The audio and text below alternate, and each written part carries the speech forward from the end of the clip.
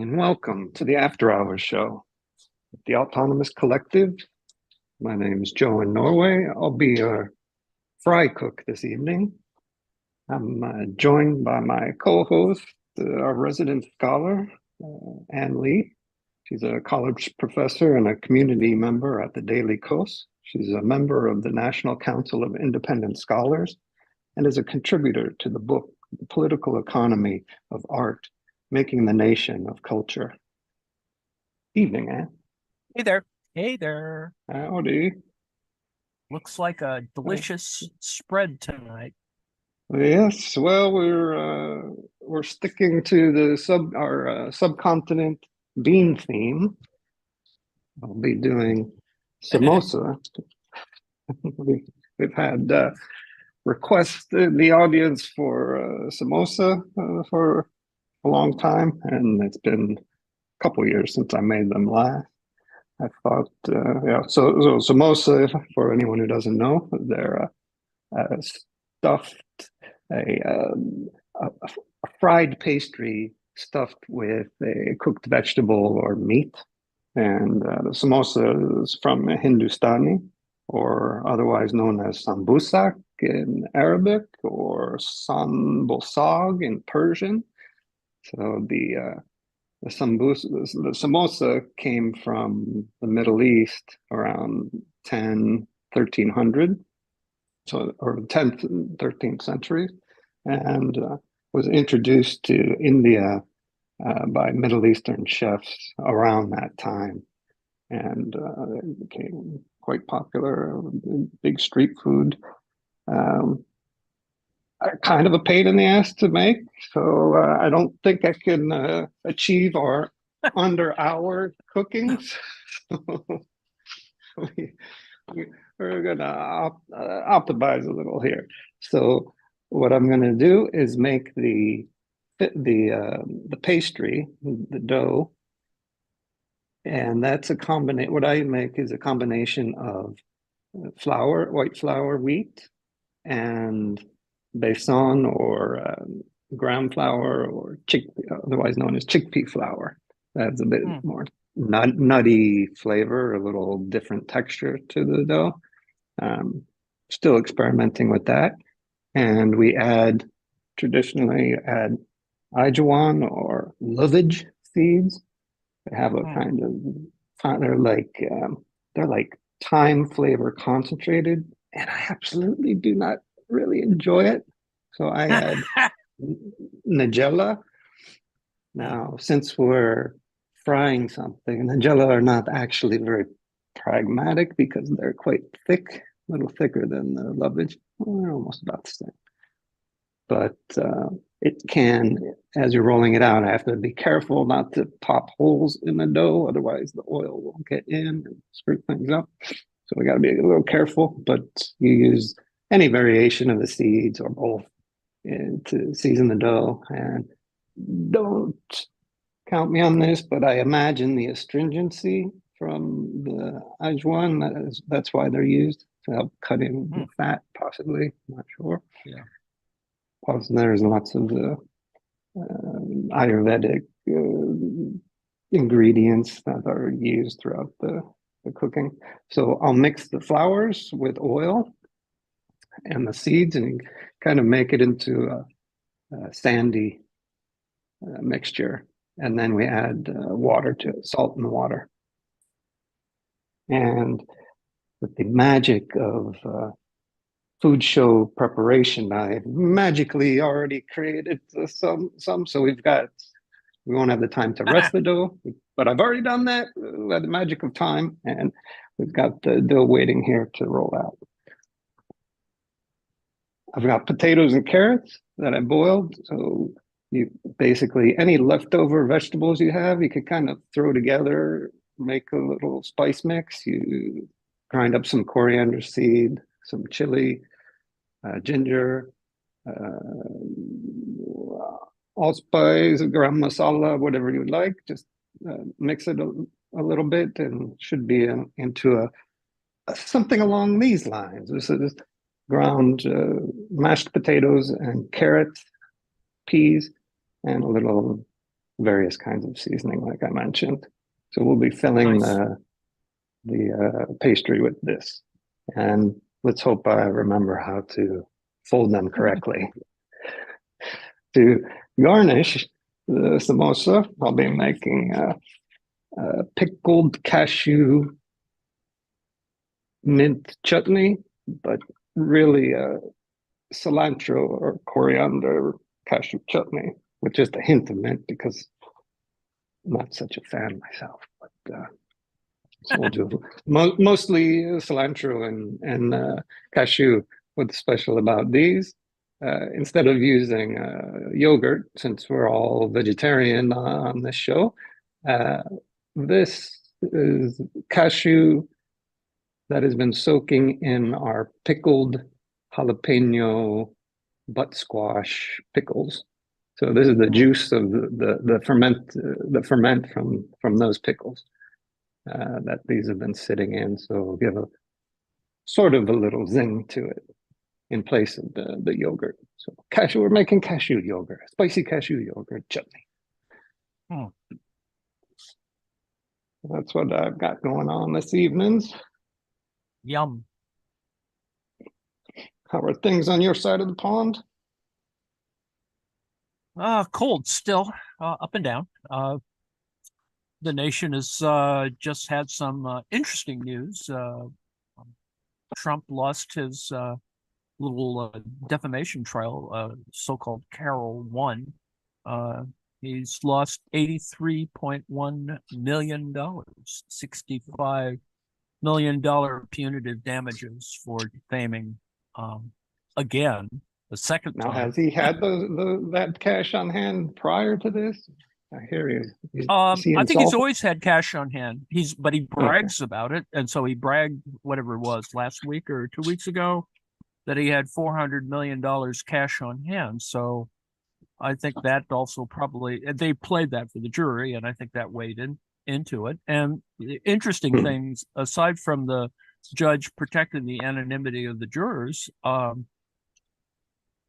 were only 2 women on the jury. Only one person was African American, so it's a largely white jury, and not a full 12-person jury. I think a 9-person jury, and you only really needed 6 people to agree.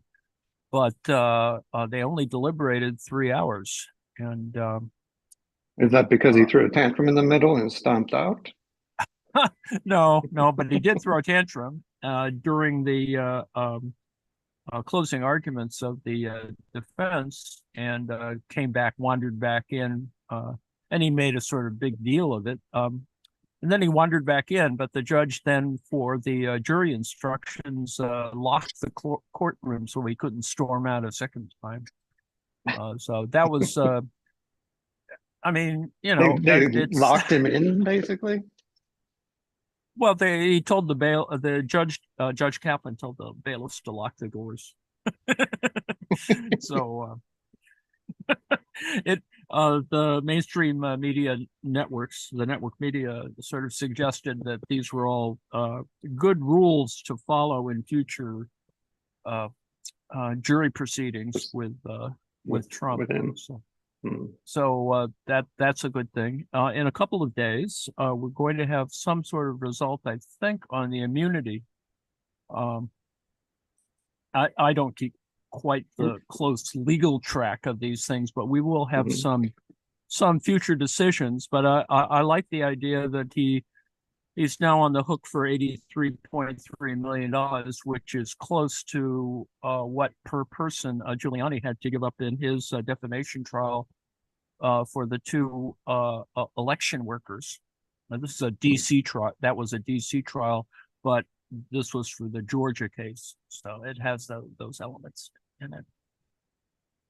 Anyway, that's what we're looking at over here. I think a lot of people, at least over in Daily Coast, were quite happy with the result. And so, those sort of things are happening. Needless to say, the current other issue is, of course, Nikki Haley in South Carolina. On the one hand, she's staying in the race for the GOP presidential nomination. On the other hand, it is, as some of the mainstream media is referring to it, as burning your boats, which is an amusing colonial reference in some ways. The idea that, when the tactic of some conquerors, colonial conquerors, to burn their boats to make sure that no one chickens out. And the task of colonialism. So I had heard that she'll basically be in the race until the Coke money stops flowing, or whoever her funders are. Yeah, I think it. The bigger issue, of course, if she's really smart, will be what kind of allegiances she makes with the Never Trumpers who are running around doing all kinds of other crazy and stupid things, like no labels and a variety of other things. There's still a lot of craziness running around, and I think we'll see that in at least in the South Carolina. We'll know a lot more after South Carolina. So we technically have, I think, a month of kind of craziness until we really see some. And we'll know more about the money. I think, what was it? Trump's insult of her online got her $1 million in donations. So there's something is happening. We don't really quite know what that is yet. Oh, well, I'm half done with the dough here. So I've mixed the flours, added salt, the seeds, and the oil. And I'm not sure if you can see very well, but it's kind of a sandy, crumbly texture. So after that, we just add a little bit of water. Knead it. You're ready to roll it. Aside. It should rest before you use it, but we've sorted that out already. Okie doke.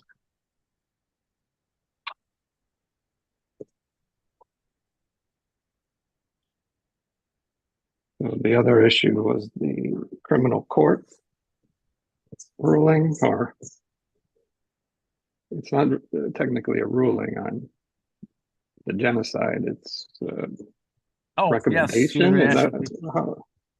Yeah, they were a little short of declaring genocide.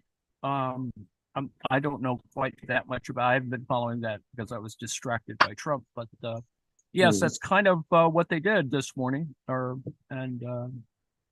this morning on this side of the pond.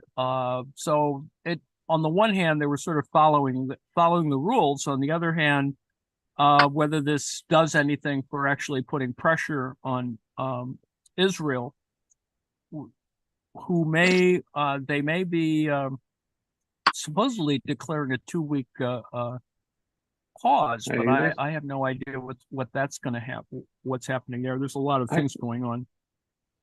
Yeah, I'm always under the impression these kinds of situations with Israel, they end up ratcheting up the destruction after some kind of international kerfuffle happens. It's a bit of overcompensation, and I worry about all these violations of rules of engagement.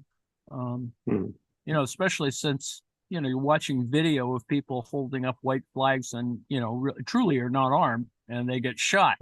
I've now seen 2 of these video incidents where, in one case, a woman is shot and killed because she's trying to get across the street with her kid or her grandchild, and she's holding her kid and waving a white handkerchief, and they just shoot her. And I, from a rules engagement point of view, I think they always think that no one's looking. And without the internet access, that has been a kind of the case for a lot of. They think that since they've jammed up the internet, that's not going to allow people to record violations. But so basically, they're not the official ruling, whether it's genocide or not, will take years to happen. But what they issued is essentially a statement, almost unanimously. I think only one or two people voted against. Yes, that's correct. That's correct. South Africa's motion has that is a valid motion to consider. So that, I guess, is something. So well, I think they wanted to push on some positive step.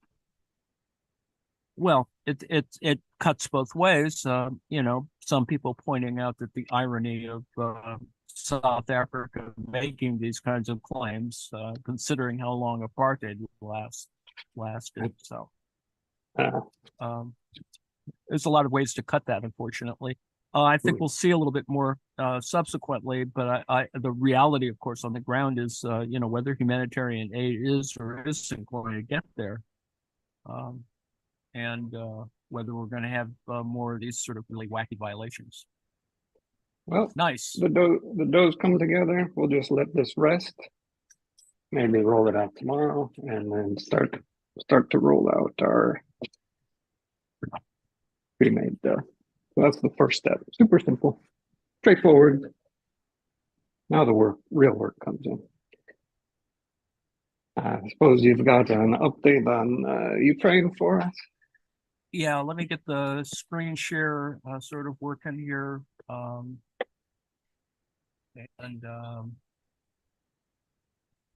Here we go.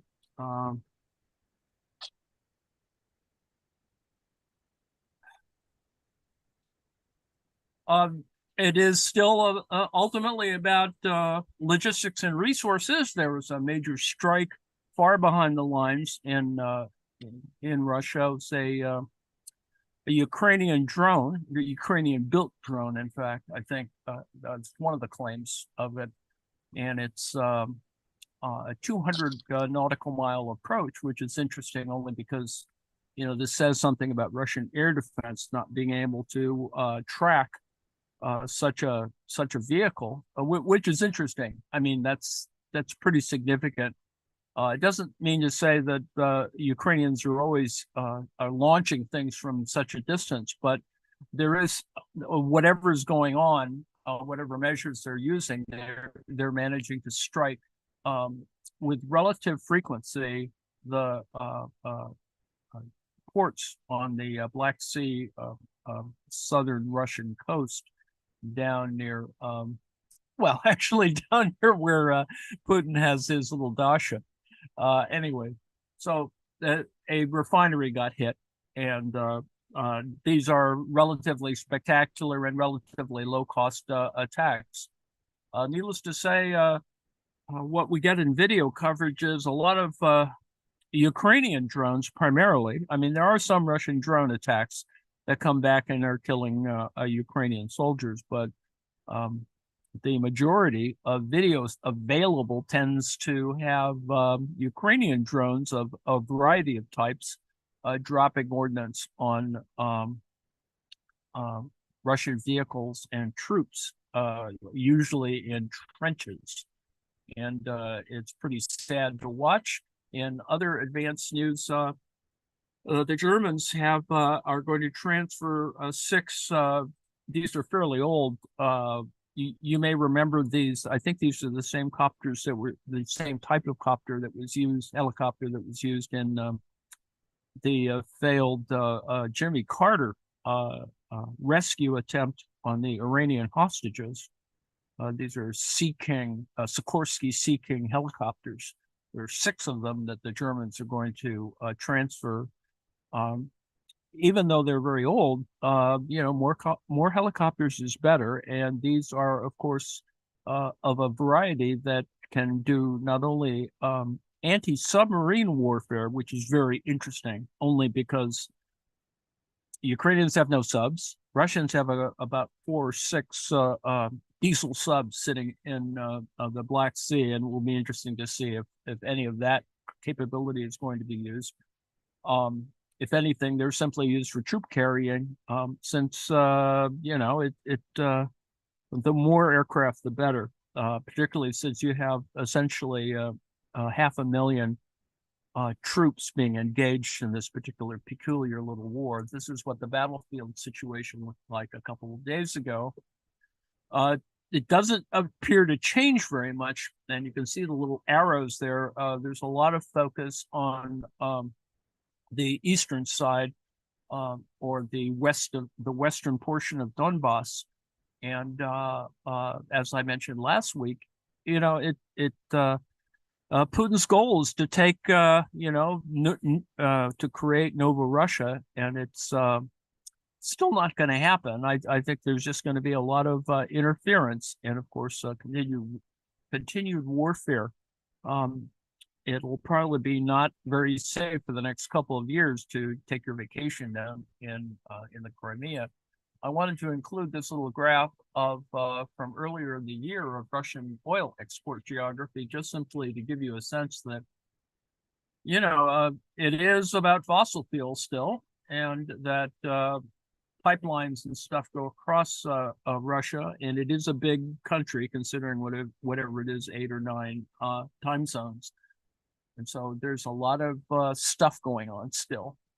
The issues at the troop levels are that there are at least 2, I think, punishment battalion or brigades of prisoners being used from that. That is that the Russians are not emptying the jails, but are recruiting significant numbers from the jails, and also minorities from a variety of sort of far-flung oblasts in Russia. And which is also interesting only because, is it an equal component? Well, it's just simply about pay. Here's an image from the oil refinery that got hit far away down the line. I haven't mentioned the shoot down of an IL-76 4-engine. It's a large transport jet, about the size of, I think, the American C-17, and it's a fairly large jet-powered transport plane that they use for, moving all kinds of equipment and material. The claim was, and only because it's coincident with the timing of transferring of Ukrainian, or exchange of Ukrainian and Russian prisoners, that the claim on the Russian side was that the Ukrainians shot down this IL-76 jet freighter, but it was over Russia. So it's a little problem. It's hinky in a variety of ways. And so the true story is not out there, but the mainstream media tended to go forward with the Russian disinformation that it had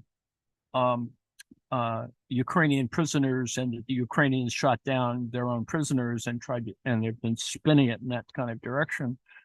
Problematic because there's very little evidence yet to prove that particular kind of activity, and whether it was Ukrainian air defense doing it, or the real situation could be more like Russian air defense actually knocked down their own plane.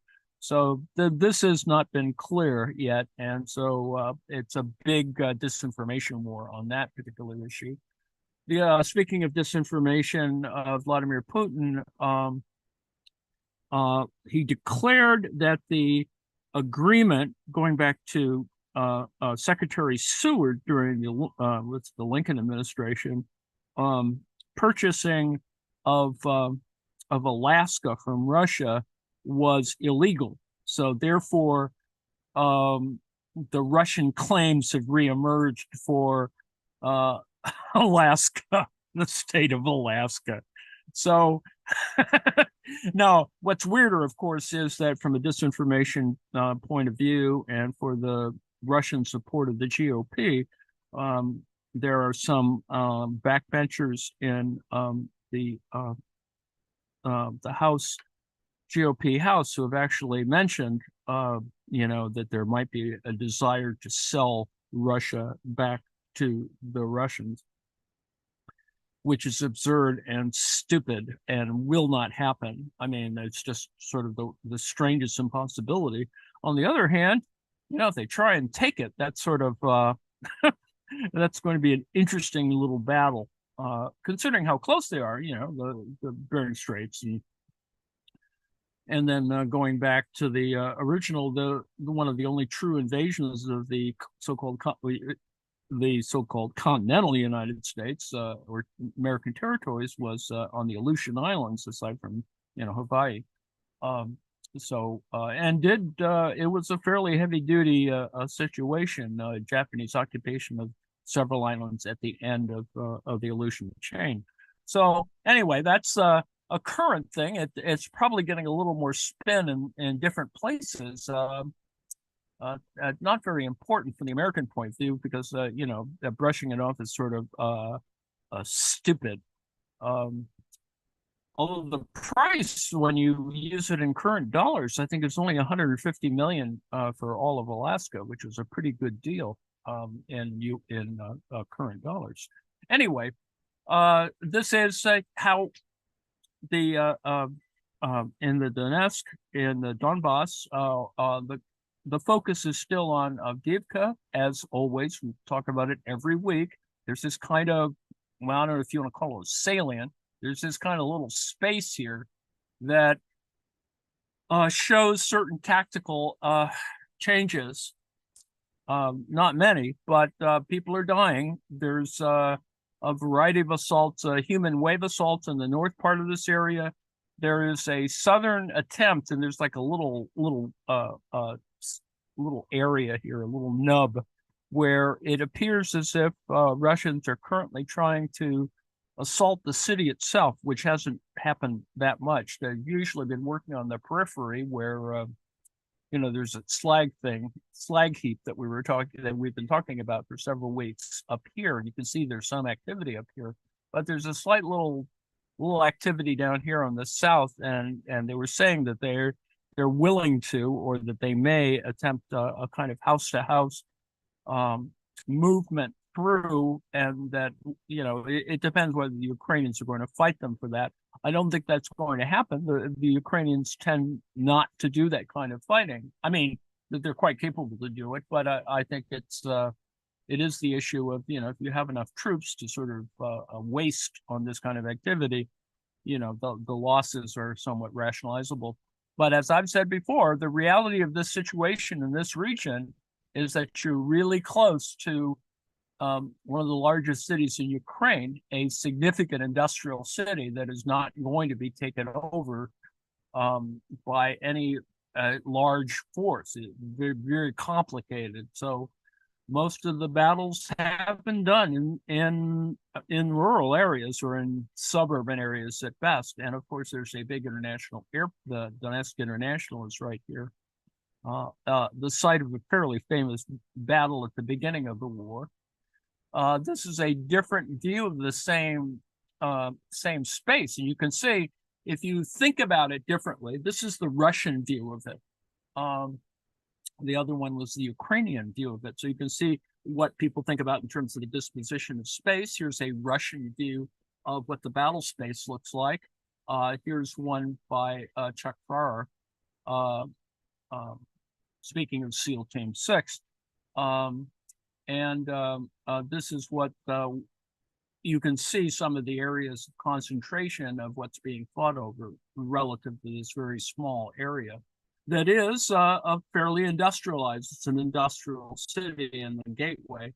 Now, I wanted to show, just simply because we have more images available on the internet, of the attempts to fool Ukrainian air by painting images of aircraft on the tarmacs, so that attacks on air bases inside Russia will miss actual aircraft and will hit decoys. Well, I think the Ukrainians are pretty good at reading this stuff, so it's kind of silly, but that's part of the story of this.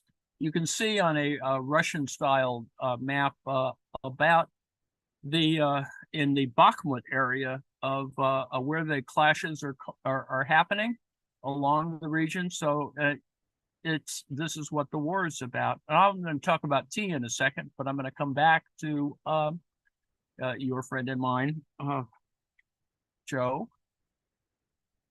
How are we doing? Hello there. Yes, so I've rolled out the dough. And so I had a disc, rolled it out to it's about a 2 millimeters thick, 2, 3. You cut it in half, and then you moisten one side, and you make a cone shape out of it. So now the tricky part, I filled it with spiced potatoes, and now we just need to seal it up.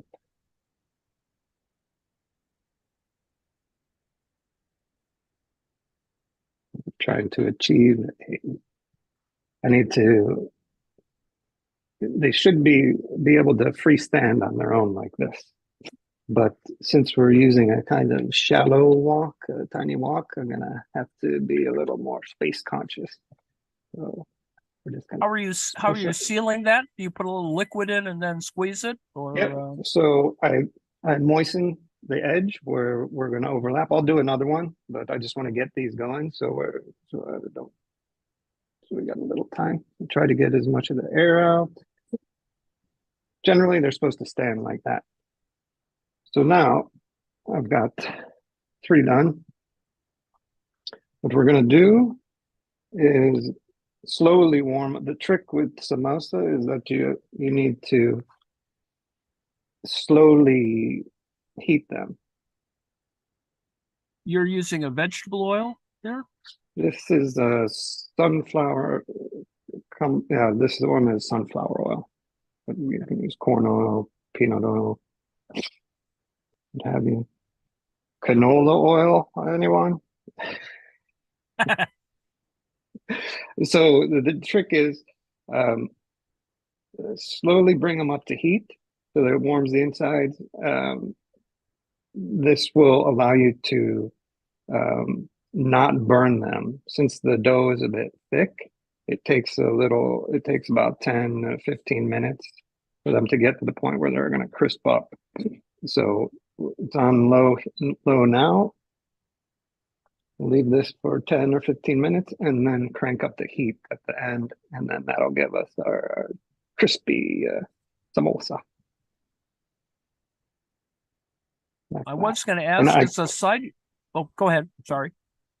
Well, you what can you're ask. gonna do. I'm just going to show you how to do the initial. So we rolled it out, cut it in half. So you do these semicircle.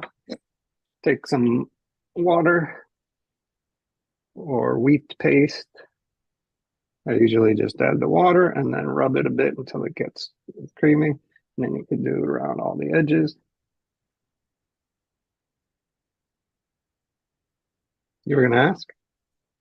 Oh, I have an interest in low gluten diets, and I was wondering whether it would be possible to do that though with something that's a little bit more, I guess, whole grain or whatever. Well, if you use 100% chickpea flour, that's no gluten. Okay. So I used about a third. Mhm. I've made it with just chickpea flour, so that works. Okay. Yeah, so you basically make this nice little cone shape, and then fill her up.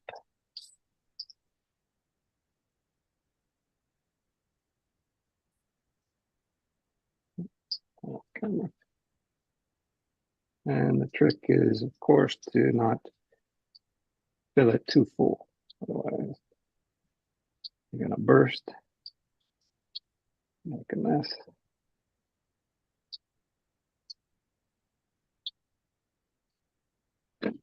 And sometimes you can put a kink on the back if Mhm. you got too much dough, or it's more for aesthetic purposes. But yeah, so then they just do like this Nice. little.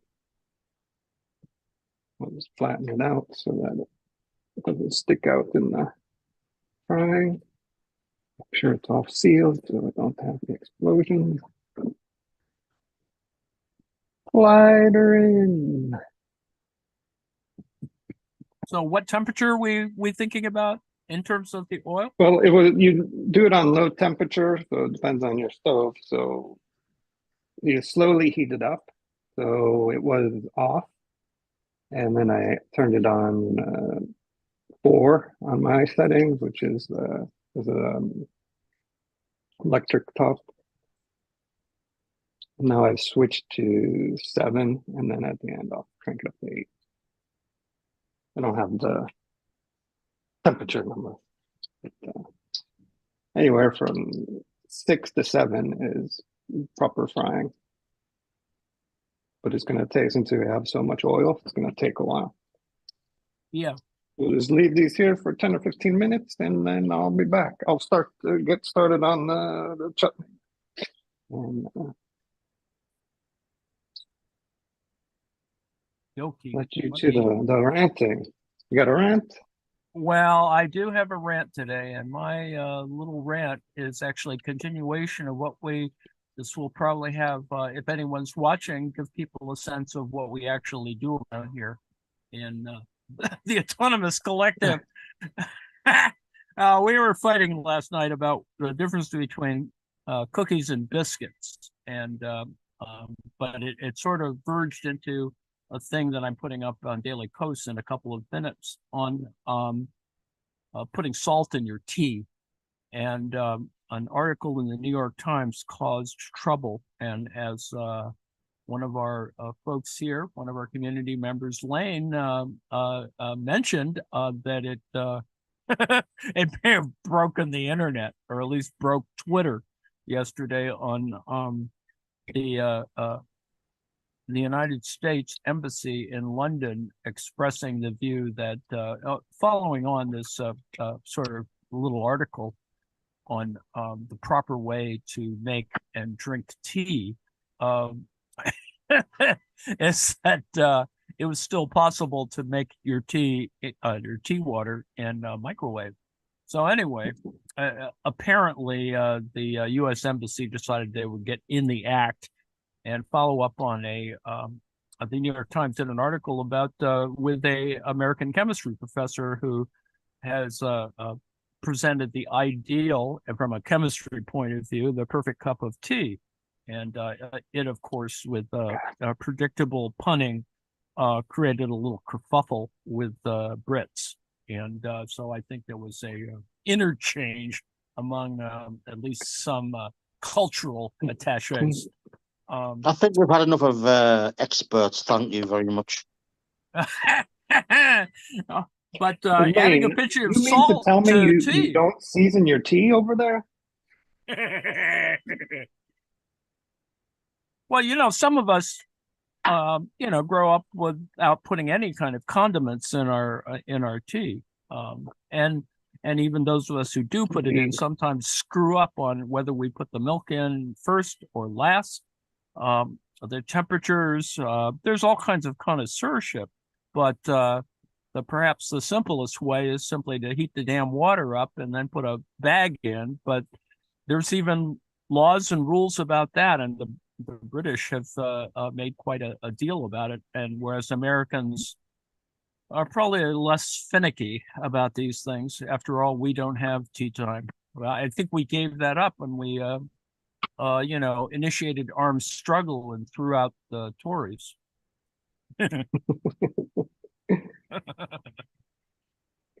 But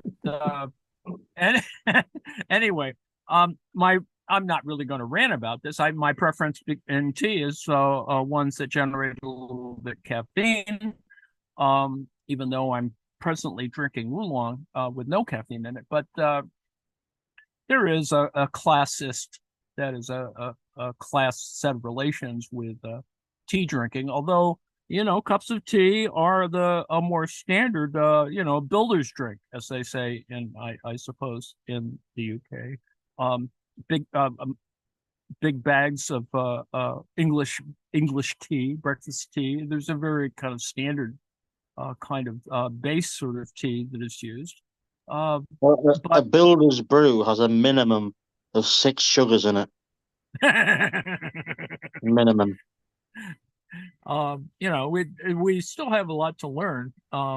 And some those of us who spent a little time in England, are nostalgic about tea time. I mean, I like tea time. It's always a good break in the afternoon. Lane, that's etc. sounding very Southern European. 6 sugars, my goodness. Rather than salt, a pinch of salt. You have to keep your energy up while you're working. Sure, that's what it is. Indeed. And the connection between sugar and tea, of course, is simply the history of colonialism. Conquering entire countries is kind of important relative to the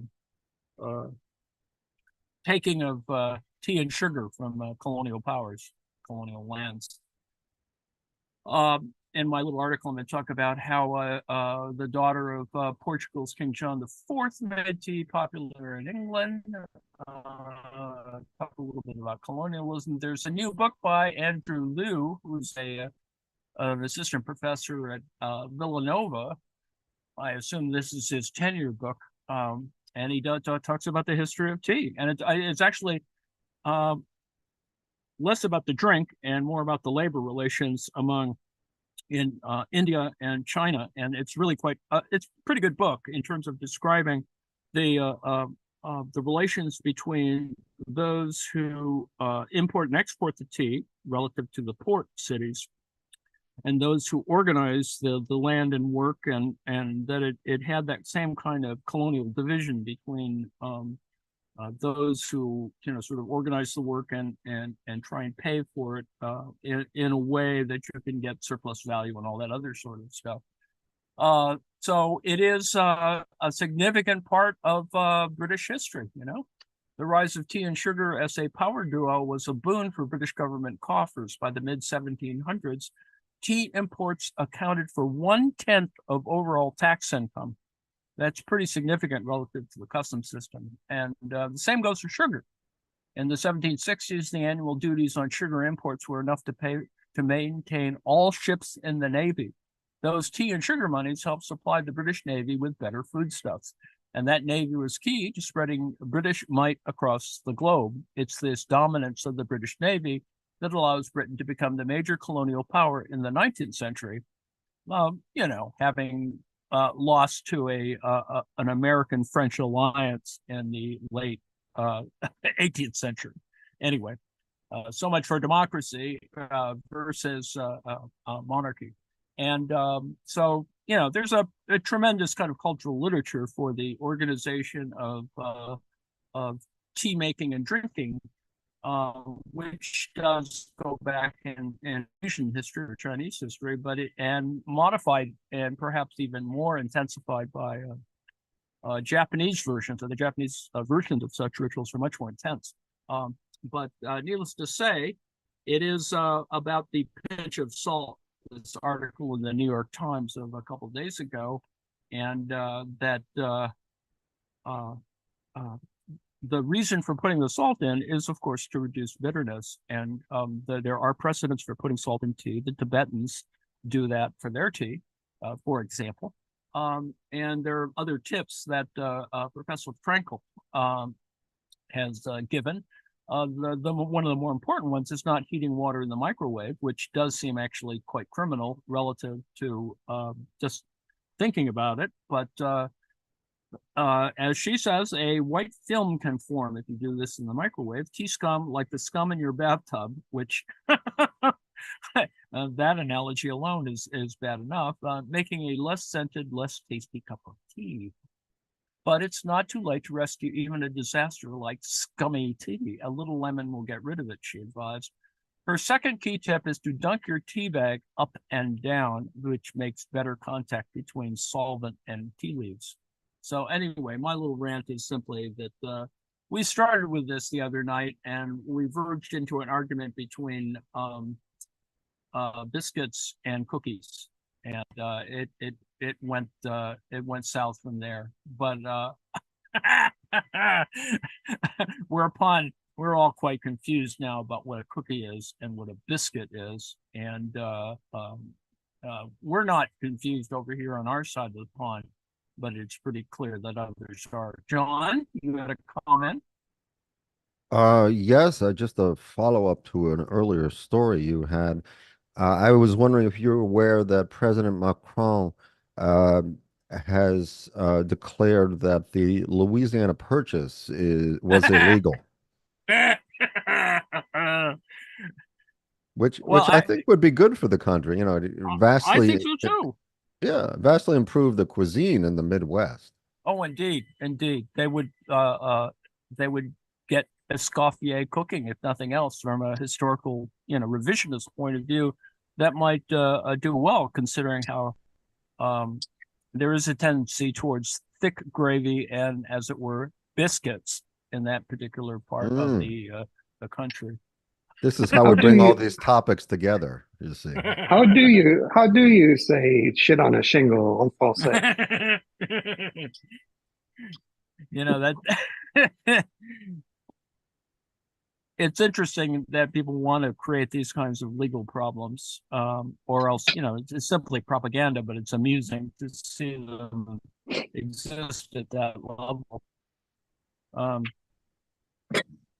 Yeah, I'm happy to give certain states back. Just shows my own parochialism. I did spend part of my life in the Middle West, the red states, but I still find it strange that people from Oklahoma and Florida are sending troops to the southern border. It just makes little sense to me. It's kind of where we are now, though.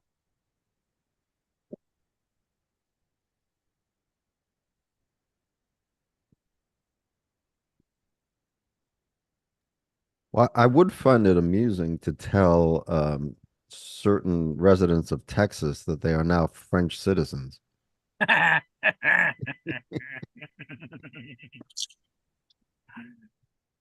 Heck, we can re-arbitrate all those issues we have with Mexico, which is what they want to do anyway. I mean, one of the first acts that has been proposed by candidate Trump has been to selectively target and bomb cartel sites across the border. And and when you compare the militaries, there's the Mexicans can't do anything about it, pretty much from a military force point of view. On the other hand, they might object to the idea that we would do to Mexico what Russia did to Ukraine. I think they'd be irritated about it, as well as some Americans as well.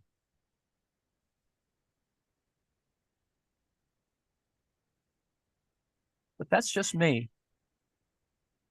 Oh, come on. I want to fight with somebody about biscuits versus. We were just talking about scones before we just came on the air here. Is samosa a sandwich?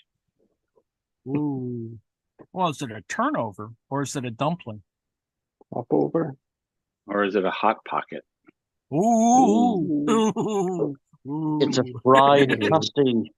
Is that Not far from a pasty. careful of that pasty. trademark infringement, James? Uh-oh.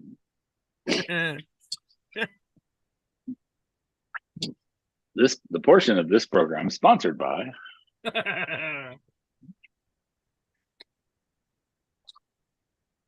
I mean, I suppose in some instances it is pocket food. What is it? The Cornish pasty is an important object. Yes, Oh. it was a meal in a edible sack, basically. Indeed.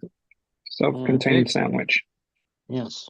Much better than the sandwich in that context, not falling apart and stuff like that. Yeah. I think, Did you say edible male sack? No. no, whatever. How many calories would you say one of those samosas is? Any idea? Ooh, No. that's a good question. As I see it That's boiling over in my oil. pay grade. Okay. Although it's funny you should mention, Couple hundred. the Let's original find out. Middle Eastern sambusak were actually baked. So traditionally, if you Oh. would like to bake these, you could do the same thing I did preparing them, and then brush them with oil, Oil and then and bake them. bake them in the oven. Healthier. Yeah. Nice. Yes, healthier. So I've got I have the calorie this count on evening's those. earlier No, chana you- masala in the back What do you here. got? So before you fry them, they're 50 calories, and after you fry them, they're 1,500 calories. Whoa. Yeah. Well, No, I'm kidding. All right, calories in a samosa. About 200. Well, wait a minute. Serving size 30 grams, 130. It's between 130 and 217. That's not terrible. Oh, No. enough to, dig a ton of coal.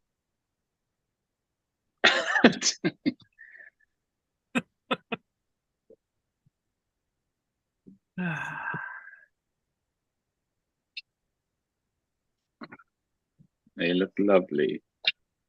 a little Yum. toasty. I was having Those are some. more like 1,400 calories minimum. There we go. Oh, I'm saying 2,783 calories in each one.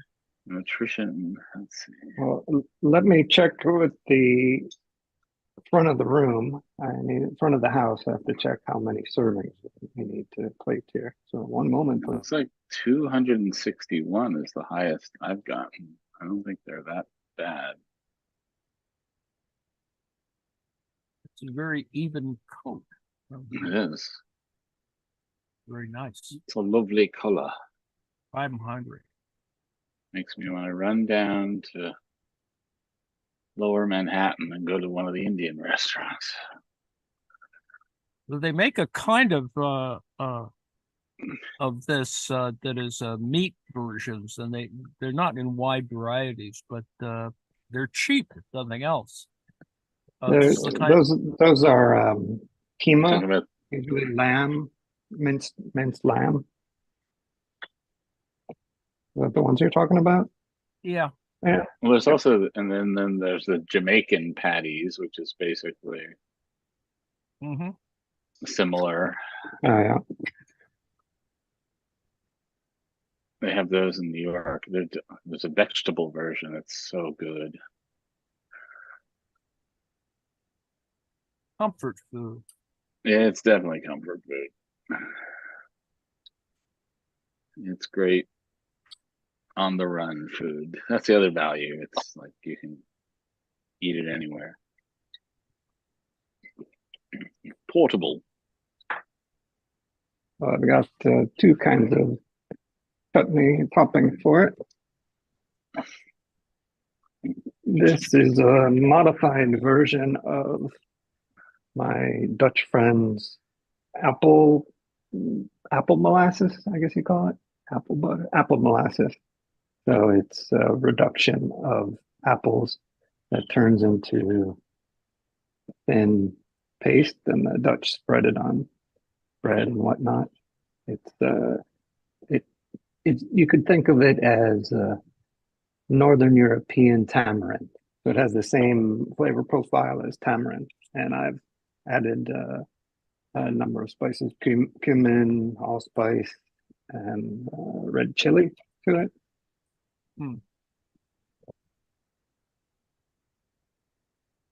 Yum. And this is the cashew mint. In case you didn't have enough calories, we've got some cashew nuts there.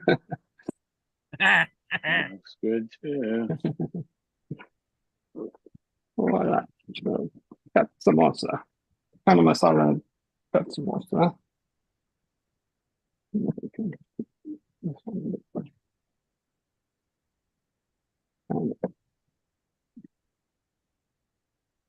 Nice. Lovely.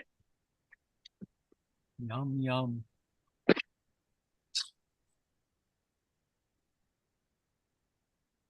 Looks very good.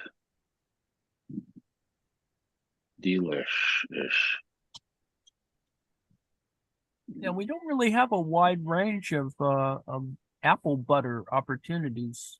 I mean, you can get apple butter, but it doesn't seem as more people prefer, I guess, jams and jellies. Yeah, I know there was where I grew up in the Midwest, we had apricot butter, which was Nice. kind of You can get apple butter in the fall at these orchards in upstate New York. I know that. Yes. with the cider making and whatnot. Yeah, exactly. Yes. You get your donuts, your apple butter, your overpriced apples. It's a delicious time. Yum. That looks delicious. So all Simple vegetarian, enough. potato carrot samosa with cashew, mint, cilantro. Oh, I must say coriander since it's from the subcontinent. In honor of the British. Corianders. Indeed. With the Coriander. chana Let's masala. remind Coriantro. we're almost to the end, and in 30 minutes there will be Twilight Zone. Do you want to tease that in any way, John? Sure. Yes, we have a hour-long Twilight Zone episode with many interesting guest stars, including Anne Francis, probably best known for her role in Forbidden Planet. And we also have, who else do we have in there? We've got Jeanette Nolan, who's been in the Twilight Zone before. And we have, who else? Let's see. James Best. Yes, James Best, probably best known for playing Roscoe P. Coltrane of the Dukes of Hazzard. Whoa. And- I've heard a little birdie told me that we have I think the measure is called a shit ton of slides. That is As well. correct. Yeah, it's been officially It's a record. calibrated. It's a record. Is it imperial or metric? It's imperial. The shit ton scale. Yeah. Yes, it's Yeah, And we've we got also sorry. imperial time. 120 slides tonight. John, I got a plane catch. I'll skip the usual introductory slide so we get a move on here. Like a really elaborate water park. And we've also got Harsh. Is Harsh in the room? Can he speak about what he was going to play? He's going to introduce us to a Indian television series documentary on. I don't have the Discovery of India, 5,000-year-old history of India, based on a book by Nehru. So we'll watch the first episode called "Long Live Mother India." At 11 o'clock. And he has 400 Nice. slides for that. Since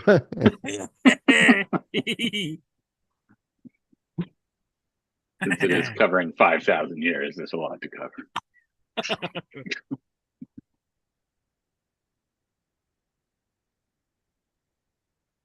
There's other things. You should come to our, find us at theautonomouscollective.net. We're there, and come join us. We have stuff on Discord. We're looking at Marx's Capital Volume 1 on Again. Sundays. Again, Columbo. Colombo follows that, so there's at least a palate cleanser. We have a writing thing tomorrow. Music stuff. I And think we don't have Valley is Valley Box Box this on week. tomorrow. Yes, it's Invasion Day. Yes. So there's a double Oh, feature, cool. Australian double feature. Ooh, Exciting. So that's what is coming it? up. There's a writing in the afternoon. On Monday there'll also be writing. There'll be a little bit of this and that where we're continuing to look at a few other crazy things in Mark's, and as well as game time on Monday, where there'll be lots of sprots to talk about this weekend. It's the NFL. Is it the divisional championships? I think. So whoever wins goes to the the Super Bowl, and so Super Bowl, and it is. so there'll be much to talk about in that case. So we do lots of stuff here that includes short stories on Tuesday. My yakking about the Japanese interpretation of Marxian economics, and I think we're going to read Mike Davis's City of Quartz at some point, and a bunch of other stuff. And this week and including next, I'll be doing, for the early birds, I'll be doing some Iberian trail hiking on old Moorish trails, Mozambique trails in the Iberian Peninsula. So if I've got self-service and I've got batteries, I'll scream. Looking forward to it. At least it'll make us think about warm weather. Other things, let's see. China Mievi is Kelly is doing a thing on that, and we're doing that is this specter haunting Europe, etc. And we're doing a thing on weaponizing architecture, which is actually a kind of nice little piece that relates to the current crisis in Israel and Gaza. So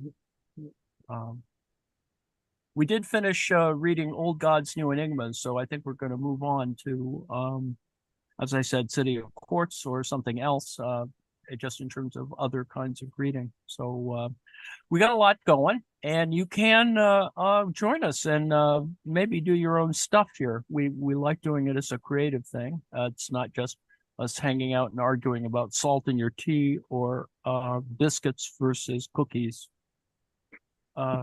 versus digestives, etc. So I think we're about ready to quit, aren't we? Yeah. Oh, we are. Thanks, everyone. Bye. Catch you next week. Wow.